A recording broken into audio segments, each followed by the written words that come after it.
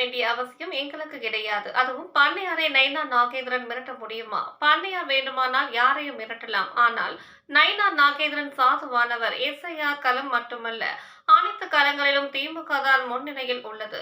SIR வேண்டாம் என்று நாங்கள் கூறவில்லை. கால அவகாசம் போதாது. இதுவரை புதுக்கோட்டை மாவட்டத்தில் உள்ள தொகுதிகளில் 13 லட்சம் வாக்காளர்கள் உள்ள நிலையில் 13,000 விண்ணப்பங்கள் மட்டுமே திரும்ப பெறப்பட்டுள்ளன.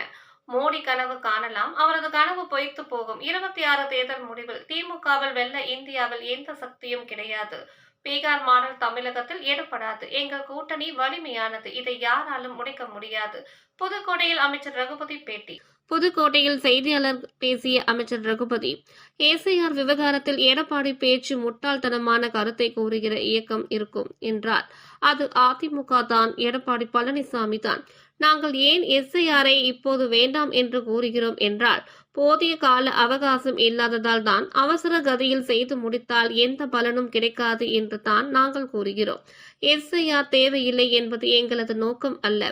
இதில் திமுகவின் பங்கும் ஏதுமில்லை. BLA 2 எல்லா கட்சிகளிலும் உள்ளனர். தேர்தல் ஆணையம் கொடுத்த உரிமையை செய்வதில் என்ன தவறு உள்ளது?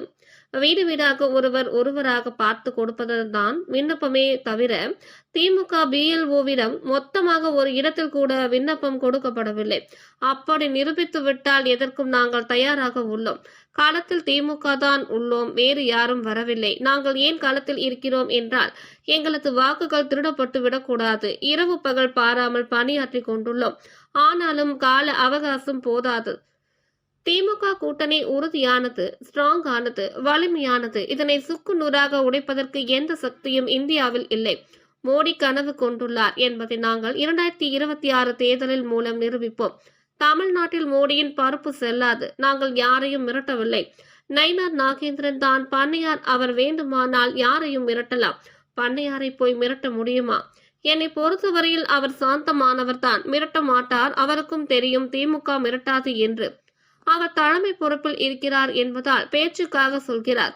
எந்த கட்சியும் காணாமல் போவதற்கான வாய்ப்புகள் இந்தியாவில் கிடையாது. மோடி கூறுவதை பற்றி எல்லாம் எங்களுக்கு கவலை இல்லை. எல்லா கட்சியும் ஒரு காலத்தில் வளரும். புதுக்கோட்டை மாவட்டம் திருவப்பூர் முத்துமாரியம்மன் கோவில் கும்பாபிஷேகம் விழா ஜனவரி மாதம் 28ஆம் தேதி வைப்பதற்கு தேதி கேட்டுள்ளோம். முதலமைச்சர் ஒப்புதல் வழங்கியவுடன் ஜனவரி 28ஆம் தேதி கும்பாபிஷேகம் நடைபெறும். இயக்கம் இருக்கிறது என்று சொன்னால் அது அண்ணா திராவிட முன்னேற்ற கழகம் தான், எடப்பாடி பழனிசாமி தான். அவர் எதை வேண்டுமானாலும் அறிவிப்பார். எஸ்ஐஆர் என்பது ஏன் நாங்கள் வேண்டாம் என்று இப்பொழுது சொல்கிறோம் என்று சொன்னால், அது போதிய கால அவகாசம் கிடையாது. நவம்பர் 4 முதல் டிசம்பர் 4 வரை அந்த 30 நாட்களுக்குள் முழு ப்ராசஸும் முடிய வேண்டும். ஆனால் இன்று வரை மனுக்கள் கொடுத்து கொண்டிருக்கின்றார்கள். அதை பூர்த்தி செய்து வாங்க வேண்டும். அதிலே பல்வேறு பிரச்சனைகள் இருக்கின்றன. அந்த ஃபாரத்தை பூர்த்தி செய்ததிலே 2002 ஒரு வாக்காளராக இருந்தால் அது மிகச் சுலபம். அந்த எண்ணை போட்டு அவர்கள் தங்களுடைய வாக்காளராக ஆகிவிடலாம். அப்படி இல்லாதவர்கள் தங்கள் தந்தையோ தாத்தாவோ பாட்டியோ தாயோ யார் 2002 வாக்காளராக இருக்கிறார்களோ அந்த அடையாள அட்டை எண்ணை கொண்டு வந்து அதிலே அவர்கள் பூர்த்தி செய்து அதன் பிறகு அந்த விண்ணப்பத்தை கொடுக்க வேண்டும். உதாரணத்துக்கு இன்றைக்கு புதுக்கோட்டைக்கு பல அதிகாரிகள் இடம் மாறி வந்திருக்கிறார்கள். 2002 அவர்கள் குடும்பம் வெவ்வேறு மாவட்டங்களிலே இருந்திருக்கும். அங்கே போய்த்தான் அவர்கள் 2002 வாக்காளர் பட்டியலை வாங்கி கொண்டு வந்து தர வேண்டும். அதற்கு கால அவகாசம் போதாது என்கின்ற காரணத்தாலே தான் நாங்கள் இப்பொழுது எஸ்ஐஆர் தேவையில்லை, தேர்தலுக்கு பிறகு வைத்துக் கொள்ளலாம், அவசர கதியிலே செய்து முடித்தால் அதனால் எந்த பலனும் கிடைக்காது. எனவேதான் இப்பொழுது வேண்டாம் என்கின்ற கருத்தை எங்களுடைய மாண்புமிகு முதலமைச்சர் சொல்லியிருக்கிறாரே தவிர எஸ்ஐஆர் தேவையில்லை என்பது எங்களுடைய நோக்கம் அல்ல. எஸ்ஐஆர் பொறுமையாக கையாளப்பட வேண்டும், அவசர கதியிலே கையாளப்படக்கூடாது. அடுத்ததாக இதில் திராவிட முன்னேற்ற கழகத்துடைய பங்கு என்பது எதுவுமே கிடையாது. BLA 2 அதிமுகவிலும் இருக்கிறார்கள், காங்கிரசிலும் இருக்கிறார்கள், வேறு கம்யூனிஸ்ட் கட்சிகளிலும் இருக்கிறார்கள். அதை போல அங்கீகரிக்கப்பட்ட அரசியல் கட்சிகளுடைய BLA 2 இருக்கிறார்கள். அவர்கள் கூட சென்று என்ன வேண்டும் என்றாலும் அவர்களுக்கு உதவி செய்ய முடியும். ஒரு BLA 2 ஒரு நாளைக்கு 50 பேருடைய பாரத்தை பூர்த்தி செய்து கொடுக்கிற உரிமையை தேர்தல் ஆணையம் தந்திருக்கிறது. அந்த உரிமையை செய்வதிலே என்ன தவறு இருக்கிறது என்பதுதான் எங்களுடைய கேள்வி. சார், ஃபார்ம் வீடு வீடாக ஒவ்வொருவராக பார்த்து கொடுப்பதுதான் ஃபார்மே தவிர திமுகவிடம் மொத்தமாக ஒரு இடத்திலே கூட ஃபாரம் படிவம் கொடுக்கப்படவில்லை. அதை நிரூபித்தால் எதற்கும் நாங்கள் தயாராக இருக்கிறோம்.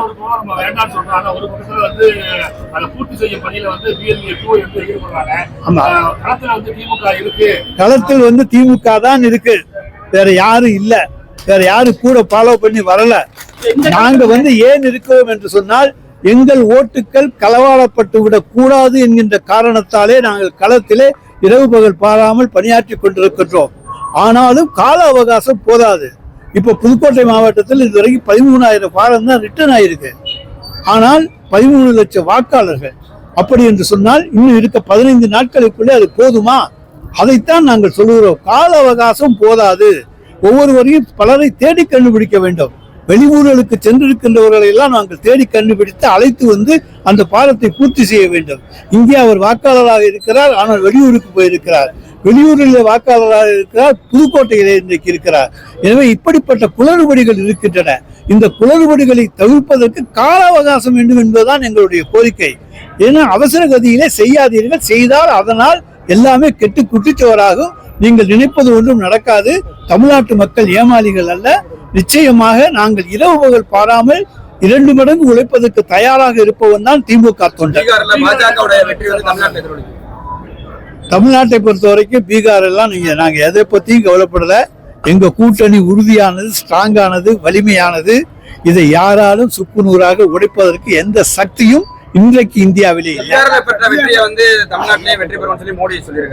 அவர் கனவு கண்டு கொண்டிருக்கிறார் என்பதை நாங்கள் 2026 மோடியும் கனவு காண முடியும் என்பதை நிரூபித்து காண்பிப்போம். தமிழ்நாட்டில் அவருடைய பருப்பு செல்லாது.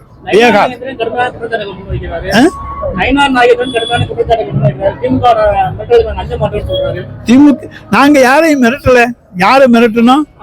அவர் பண்ணையாரு. அவர் வேணா யாரையும் வேணா மிரட்டலாம். நாங்க அவர்கிட்ட மிரட்டக்குள்ள முடியுமா? பண்ணையார போய் மிரட்ட முடியுமாங்க? நீங்க போய் சொல்றீங்க. ஆனா அவரும் என்னை பொறுத்தவரைக்கும் சாந்தமானவர் தான், மிரட்ட மாட்டாரு. அவருக்கு தெரியும் திமுக மிரட்டாதுங்கிறது அவருக்கு தெரியும். ஆனா அவர் தலைமை பொறுப்பில் இருக்கிறோம் என்கின்ற காரணத்துக்காக பேச்சுக்காக சொல்லுகிறார். காங்கிரஸ் கட்சி காணாமல் போகும் சொல்லி மோடி சொல்றாரு. அதை பற்றி எல்லாம் நீங்கள் கவலைப்பட வேண்டிய அவசியம் இல்லை. எந்த கட்சியும் காணாமல் போவதற்கான வாய்ப்புகள் இந்தியாவில் கிடையாது. எல்லா கட்சியும் ஒரு காலத்தில் வளர்ந்து வரும்.